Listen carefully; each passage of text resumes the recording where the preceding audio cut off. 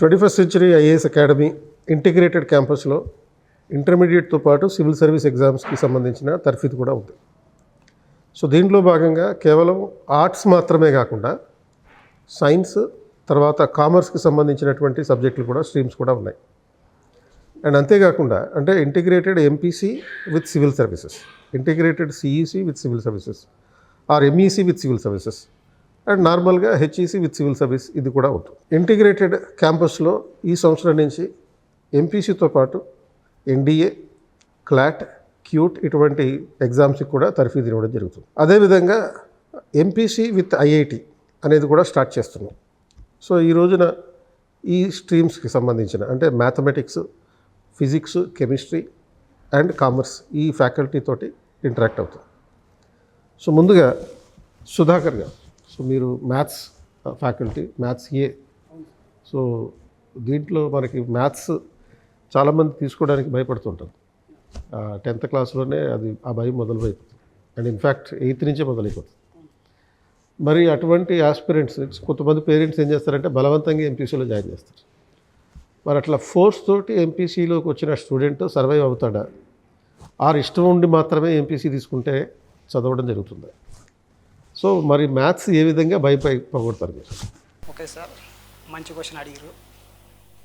అయితే మ్యాథ్స్ అనేది స్టూడెంట్కు ఎప్పుడు భయం ఉంటుందంటే ఆ మ్యాథ్స్కు సంబంధించిన కాన్సెప్ట్ కానీ బేసిక్ కానీ దానికి సంబంధించిన ఏ ఇన్ఫర్మేషన్ అనేది తెలియకపోవడం వల్ల భయం ఇస్తుంది.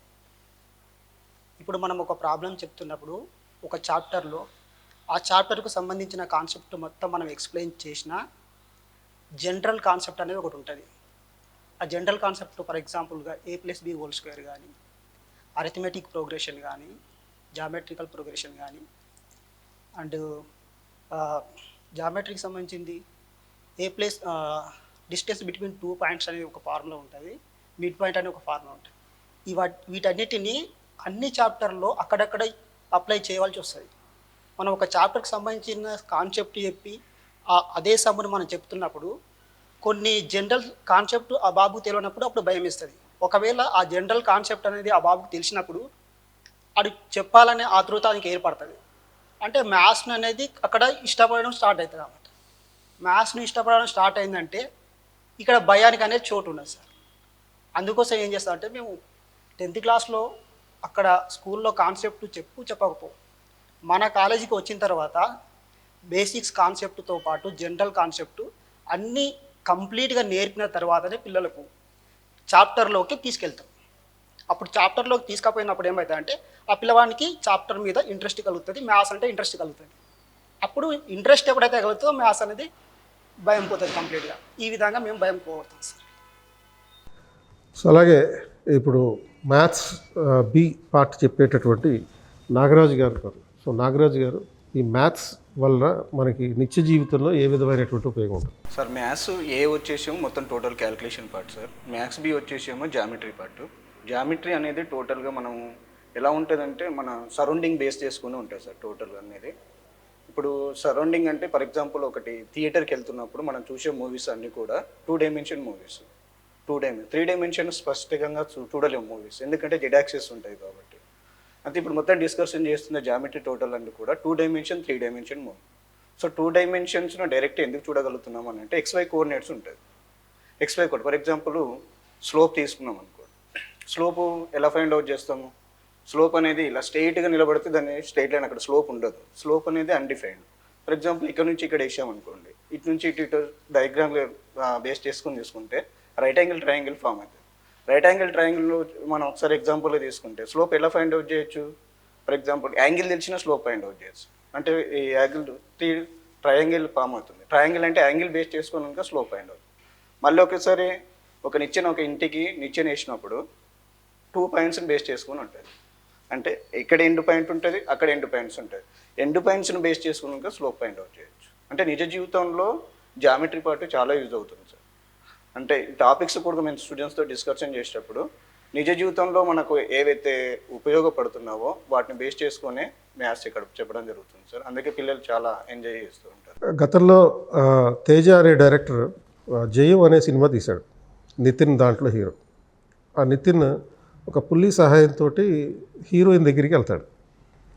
ఆ సినిమా చూసినప్పుడు ఆ సీన్ ఇప్పటికీ నాకు గుర్తుంది. అప్పుడు నాకు అనిపించింది ఏంటంటే ఇలాంటి అంశాలని ఫిజిక్స్కి అనుసంధానం చేసి చెప్తే స్టూడెంట్కి ఇంకా బాగా అర్థమవుతుంది కదా అని.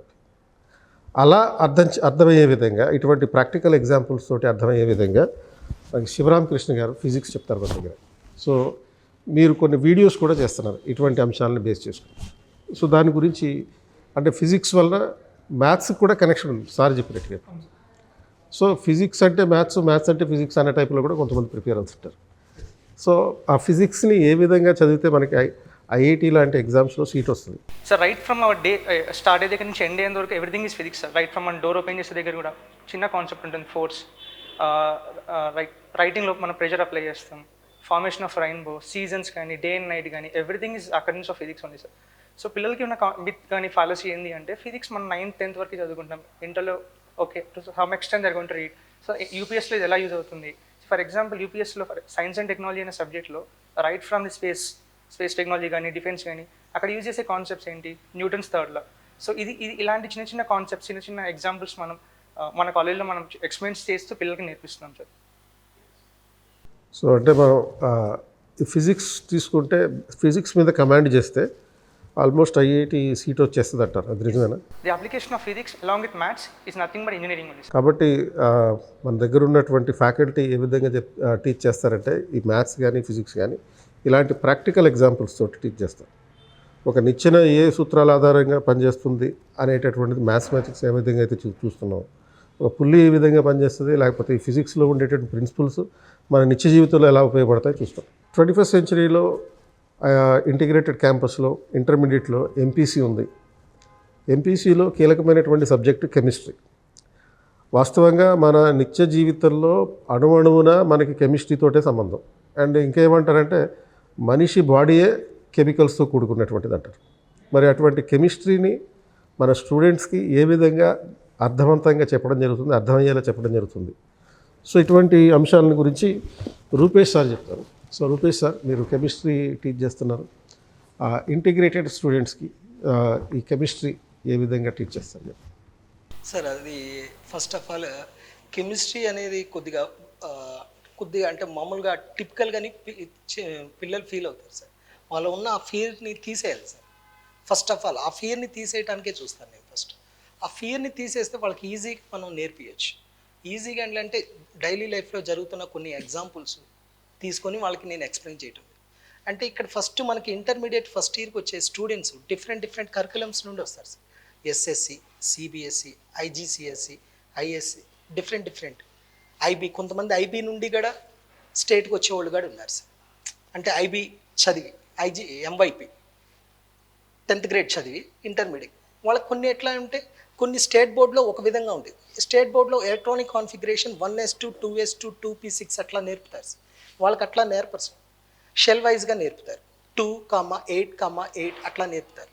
వీళ్ళకి ఏంటంటే కామన్గా అన్ని బేసిక్స్ ఫస్ట్ ఒక 10 days ఎక్స్ప్లెయిన్ చేయాలి సార్ అందరికీ. అంటే కొంతమందికి ఐక్యూ ఎక్కువ ఉండొచ్చు, తక్కువ ఉండొచ్చు.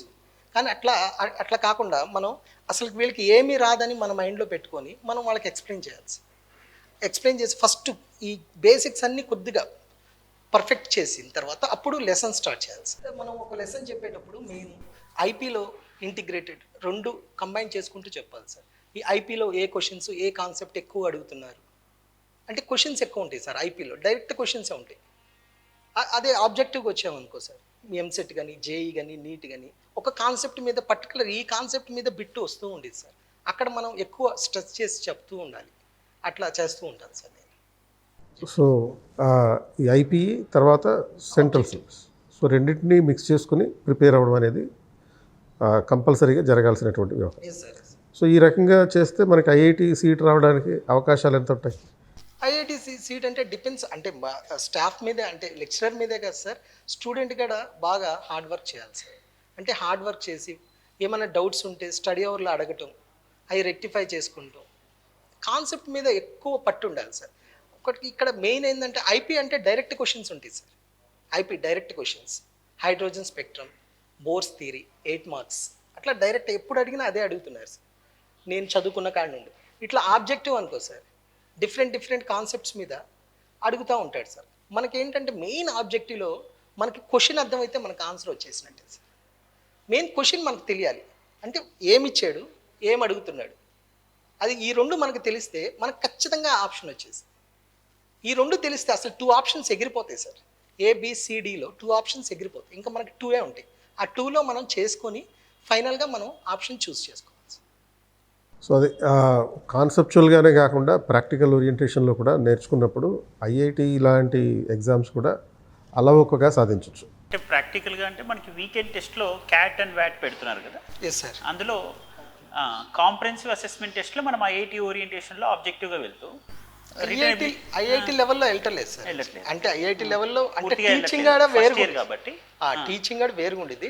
జస్ట్ వాళ్ళు ఐపీ లెవెల్లోనే అడుగుతున్నాను సార్. అంటే రేపు ఎంసెట్ జేఈ నీట్ స్టార్ట్ అయినప్పుడు అది సపరేట్ ఉండేది సార్. అంటే ఆబ్జెక్టివ్ టెక్స్ట్ వీకెండ్ టెస్ట్ ఇప్పుడు ప్రెసెంట్ ఫోకస్ వాళ్ళని ఫస్ట్ లెవెల్ మనం ఇప్పుడు వ్యాట్ ఉంది, క్యాట్ ఉంది సార్. అవును, వ్యాట్ వచ్చేసి ఐపీ సార్. అవును, క్యాట్ వచ్చేసి ఐపీ మీద bits sir, 10 bits. IP base మీద ఇప్పుడు ఎంసీక్యూస్ ప్రాక్టీస్ చేస్తున్నాం. sir. ఫస్ట్ స్టేజ్ ఆఫ్ అంటే level 1 stage of IIT concept. yes, ఇంకా ఈ కాన్సెప్చువల్ అండర్స్టాండింగ్ వచ్చాక మనం ఇంటర్ సెకండ్ ఇయర్లో Yes, yes, year sir. Start చేసాం కాబట్టి అయినా ఇప్పుడున్న వాళ్ళంతా ఓన్లీ ఎంపీసీ విత్ ఐఏఎస్ కదా సార్. వాళ్ళకి మనం ఎంసెట్ జేఈ ఐఐటి అంత ఓరియంటేషన్ లేదు.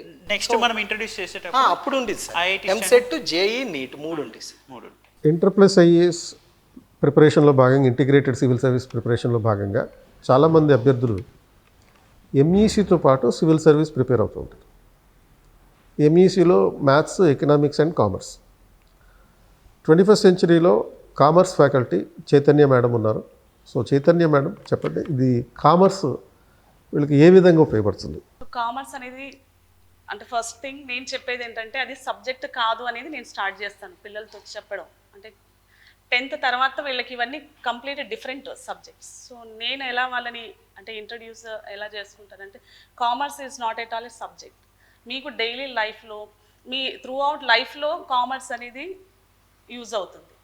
So as a accountant, so ఇందాక చెప్పినట్టు కామర్స్ హ్యాస్ గాట్ 2 పార్ట్స్ అని చెప్పాను. ఒకటి accounts and commerce itself. అంటే ఇట్స్ కామర్స్లో మనకి కంప్లీట్గా అబౌట్ డిఫరెంట్ ఆర్గనైజేషన్స్, ఎలా ఎస్టాబ్లిష్ చేయాలి మనం organizations, right from small organization to large scale. అంటే కంపెనీని కూడా ఒక ఎలా ఎస్టాబ్లిష్ చేయాలి, ద ప్రొసీజర్, ఇవన్నీ చెప్తాం పిల్లలకి. సో అకౌంట్స్, ఓకే, అకౌంట్స్లో మనకి ఏంటంటే ఫర్దర్గా వాళ్ళు ఆడిటర్గా, ఆడిటింగ్, టాక్సేషన్, ఇలాంటివన్నీ అంటే చాలా బెనిఫిట్స్ ఉన్నాయి. ఇప్పుడైతే ప్రజెంట్ ఎకానమీ డెవలప్ అవ్వాలి అంటే మోర్ అండ్ మోర్ ఇండస్ట్రీస్ మనము ఓకే డెవలప్ చేయాలి, ఎస్టాబ్లిష్ చేయాలి. కాబట్టి డైరెక్ట్లీ ఇండైరెక్ట్లీ అకౌంటెంట్స్, కామర్స్ స్టూడెంట్స్కి చాలా డిమాండ్ ఉన్న సబ్జెక్ట్ అని నా అభిప్రాయం సార్. సో దేశాభివృద్ధికి కామర్స్ అనేటటువంటిది చాలా కీలకమైంది. కాబట్టి దేశ అభివృద్ధిలో పాల్గొనబోతున్నటువంటి సివిల్ సర్వీస్ ఆస్పిరెంట్స్ అందరూ కామర్స్ సబ్జెక్ట్ని తీసుకోవడం ద్వారా కూడా ఈ కాంట్రిబ్యూషన్ అనేది ఇప్పటి నుంచి మొదలు పెట్టచ్చు.